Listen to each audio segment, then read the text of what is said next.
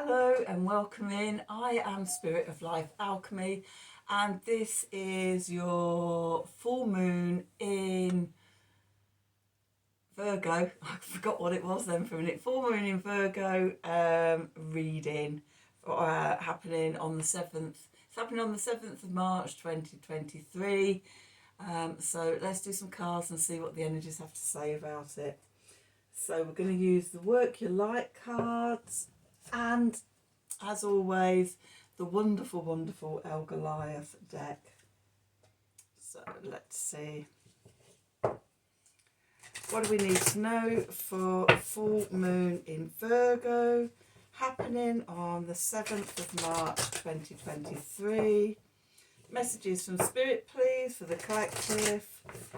What help, advice, support and guidance can Spirit offer the collective to help us navigate this full moon in Virgo energies for our highest and greatest good?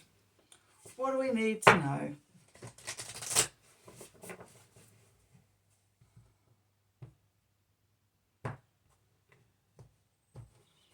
Okay, so at the bottom we have Star Mother. How can you mother yourself? Nurturing, kind energies. And then we have answer the call. What is your soul calling for you to do?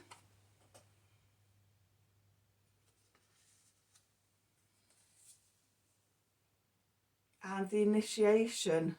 Oh my God, I can't read the bottom bit now. Rite of passage, crossing the threshold. Okay, so I've talked about this a lot. You know, we're in between times and birthing the new earth. It's like, what are you being called to do in this new paradigm and this new energy? What lies beyond the other side of the portal? This full moon is really about preparing for big life changes that we're already feeling and we're already sensing. Even if they're not visible yet, they're a bit like that, sort of just out way here. It's like sort of, you can feel it, you know, it's creeping up behind you. It's really going to knock you on the back of the head soon. But at the moment, it's just sort of not seen. It's just your spidey senses and your intuition and things that are sensing it. But over the coming months, in a couple of March is big, Aries is also big going into May as well, because not only, you know, we've got sort of all the Aries energy in the start of things new, we've got eclipse season happening in April into May as well. So, you know, we're stepping into some big energies over the next couple of months. So let's see what the cards have to say. So I'm using the wonderful El Goliath shadow deck, as I always do for these types of readings.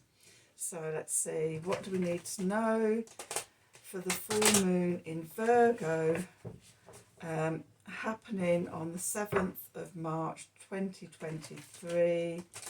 Messages from Spirit, please, for the collective. What help, advice, support and guidance can Spirit give the collective to help us navigate these energies for our highest and our greatest good? What do we need to know?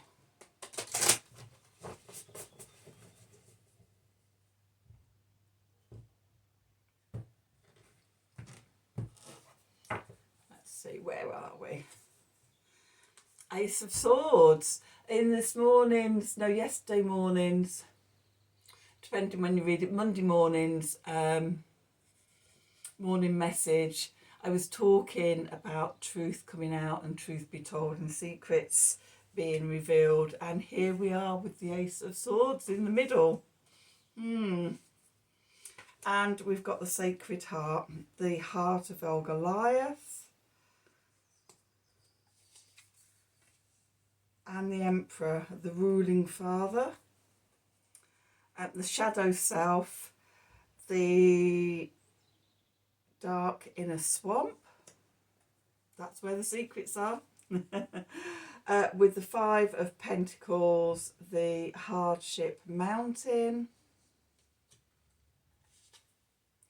We've got the Three of Wands, the Creative Bone Prison. The things I do to avoid putting my glasses on, because I've got my ring light on and you'll just see two rings in my glasses. We've got the Knight of Swords, the Hooded Brother, and we've got the Strength card, the Lion and the Cobra. Okay, that's interesting that the Knight of Swords is a Cobra, and then with the Strength card we've got a Cobra in that. And then at the bottom we've got the Seven of Cups, which is the Something of Illusion. I'm going to have to give it a bottom on. The Tentacles of Illusion. Okay. With the Caution, the Heedful Mouse, and Judgment, the Transcendence. And we will take the Empress, the Alchemical Mother.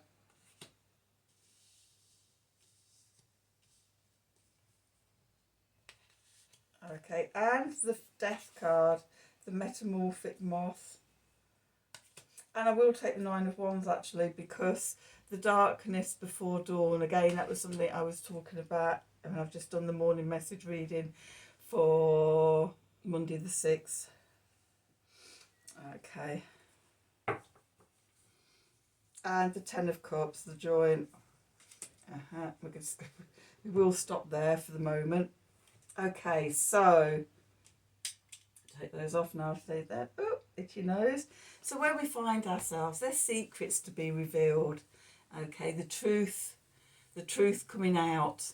And this could be part of the initiation, the moving sort of through the portal, across the threshold into the new paradigm. Okay, and that could be because you're ready now. The Sacred Heart, the Heart of El Goliath. If you've been doing the inner work, if you've been connecting to your heart and your higher heart, and changing mindsets and things like that, and listening into your intuition and to spirit and things, then the Sacred Heart is showing that you're ready. Okay, at the bottom here, the foundation beneath at the bottom of the reading, beneath card, the foundation, we've got the Emperor here, the Ruling Father. This is the Divine Masculine, and it's, for me, it's about self-mastery. We know ourselves, we've done the heart, we've got to the heart of everything, and we have a degree of self-mastery. We are the ruler of ourselves now. And then above, the gift from Spirit is the Shadow Self, the Dark Inner Swamp. Okay, so to get that mastery, to connect to the heart, we've ventured into our dark inner self and seen our shadow, been doing the shadow work, brought it to light, and yeah, we're ready for the transformation. Okay, and that transformation is changing our lives. This is the Five of Pentacles, and we've got these skeletal horses on this mountain, representing the lack and the hunger and everything, but above, the heavens are opening and divine light is shining through. Now, those of you that have been watching my channel for a while will know what I say about the Five of Pentacles and the lack. Often, for me, the Five of Pentacles comes up when we're looking externally to meet our needs and everything, and we start comparing ourselves to other people and seeing what other people have got. and what we don't have. But and I say this every time, we turn inwards and we connect to our heart, connect to our sacred heart, the heart of Goliath, then we connect to our infinite abundance and everything. And that feels like the skies opening up, the clouds parting, and divine love showering down on us. Okay. And that lack, that can be part of the shadow work. That is a thing that we've been working to get mastery over. We're coming towards the end of the dark half of the year. So from autumn, this is in the northern hemisphere, from autumn equinox to spring equinox is what I call, it is a dark half of the year, okay, where the days are shorter, there's more nighttime than there is daytime. And for me, that's about doing the inner work, going in, sinking into deeper into myself, to winter solstice where we reach the bottom, the shortest days, the longest nights, going deeper into our shadow self to uncover those parts of us. And then as we come out, we work on those old mindsets, those old patterns, those old beliefs and things like that through till spring equinox, when we step back into the light, into consciousness, and then we have our 6 months out in the world, shining our light and things, okay, taking forth what we've learned over the dark half of the month, after the dark half of the year. Okay, so is there anything more I was going to try? So yeah, from this journey of the dark half of the year, we've come to the truth, we've connected with our sacred heart, we've got self-mastery, we've faced the shadows, and we've turned our lack into abundance because we've gone inside and we've opened our hearts. Okay, the clarifiers, we've got the Three of Wands, the creative bone prism. Okay, so we've got sacred geometry here. That looks like a Merkaba in the middle. She says without her glasses on. But it's also dream catcher and things. So it's about sort of, manifesting our creative dreams into reality. What have we been doing in the dark half of the year? And that's just, I've said that's taking me back to new moon or full moon or turning of the solar year readings from this dark half of the year of that energy, and now we're ready to birth it out into the world. The next card, the Knight of Swords, we've got the hooded brother here. And in this card, we've got this cobra rising up in a dark place. And it looks like meerkats or something, sort of rising up into the darkness and seeing all the scared souls in there that are our scared souls, and being bigger and rising up. And seeing the fears for what they are. Okay, and which is, part of this shadow self work. We've seen the fears, we've seen the doubts, we've seen the, oh, I'm not good enough. We've done the work, we've connected to our heart and learned that, of course, I'm good enough. I'm always good enough. I am all that I am, dark and light, everything and nothing. And, just being born and doing this earth journey, I'm good enough. Okay, so overcoming the fears, and then that brings us to the strength card. Now, usually in the strength card, we've got a figure, either a male or female figure, taming the lion. Here we've got the cobra. So the work we've done and what we've learnt in the shadows, we're now being able to tame the wild beast within us. because of what we've learned and everything. Okay. The cards at the bottom, which is what's still going on in the subconscious, because there's always stuff going on in the subconscious. I don't think we ever truly sort of get to the bottom of everything and go, oh well, that's it then. Healed all my karma, healed all my shadows. I think sort of as we evolve and change and grow, then it always opens us up to new levels of fear as we push ourselves out of our comfort zone, out into more of ourselves. And as our light gets brighter and shines brighter, it brings it up other fears about shining our light and things. So, you know, we never sort of completely do everything. So it's in layers and spirals as we transform and evolve. So what's going on in the background? Well, first of all, we've got the tentacles of illusion, the Seven of Cups. So this can be about fantasy futures, of all the things we might want to manifest. And the message I'm getting about this is, are you still manifesting from a 3D perspective?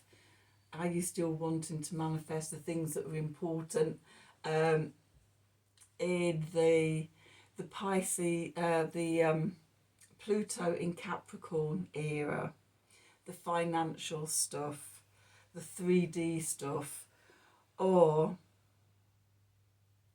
have you already moved into the 5D, the emotional stuff, manifesting from the heart, manifesting love and joy and the emotional stuff, which is the energy that we're moving into, the times we're moving into, the new earth, heart-centered consciousness.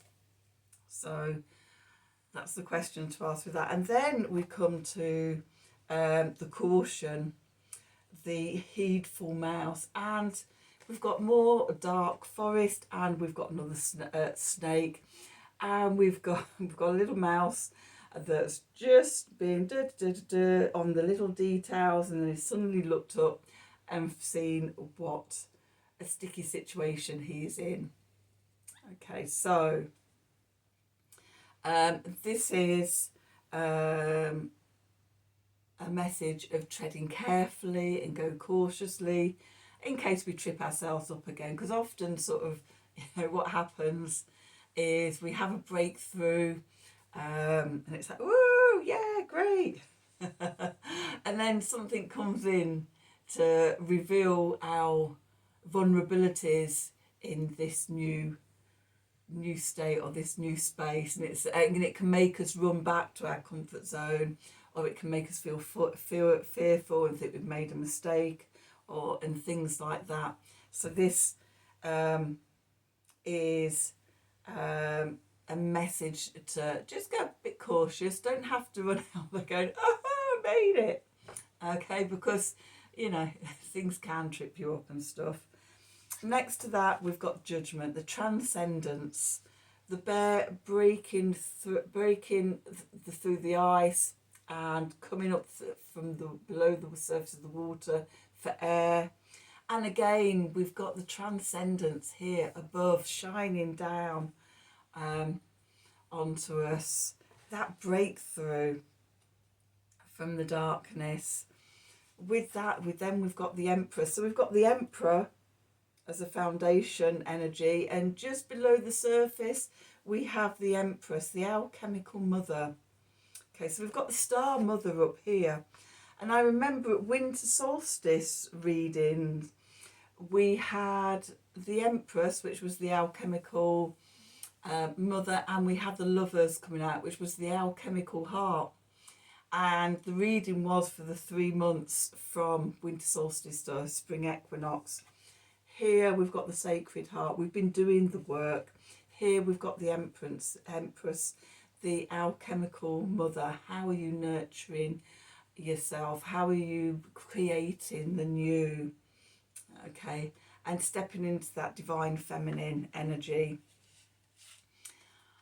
With the Death card, so we've metamorphosized, we've transformed in this last 3 months. I know this reading is for the full moon in Virgo, but we're on the threshold, and this is what's coming up in these last couple of weeks until spring equinox. So we're transformed, and the dark before dawn. So this, you know, the shadow, the saying, it always feels darkest before dawn, before we make that breakthrough, before the sun comes up over the horizon. And I think that's where we find ourselves in these last couple of weeks before spring equinox. But to be reassured that the sun will rise again. And if you haven't seen my reading for this morning message for the 6th of March, go back and have a look at that, because that will make this make a bit more sense as well. And then we finish off with the 10 of Cups, the joyous sky, the happy ever after, making it through into the light, making it through into transcendence. We've metamorphosized. Okay, we've been through the darkness and we're coming back out into the light. Okay, so that's this full moon in Virgo readings energies. I hope you enjoyed it. I hope it resonated for you. If it did, then please do like, share and subscribe to the channel. Click on the old wiggly bell for notifications when I'm releasing readings. If you'd like a personal reading from me, then please email me at the email address below this video in the descriptions box. Have a wonderful full moon, and until next time, thank you for watching.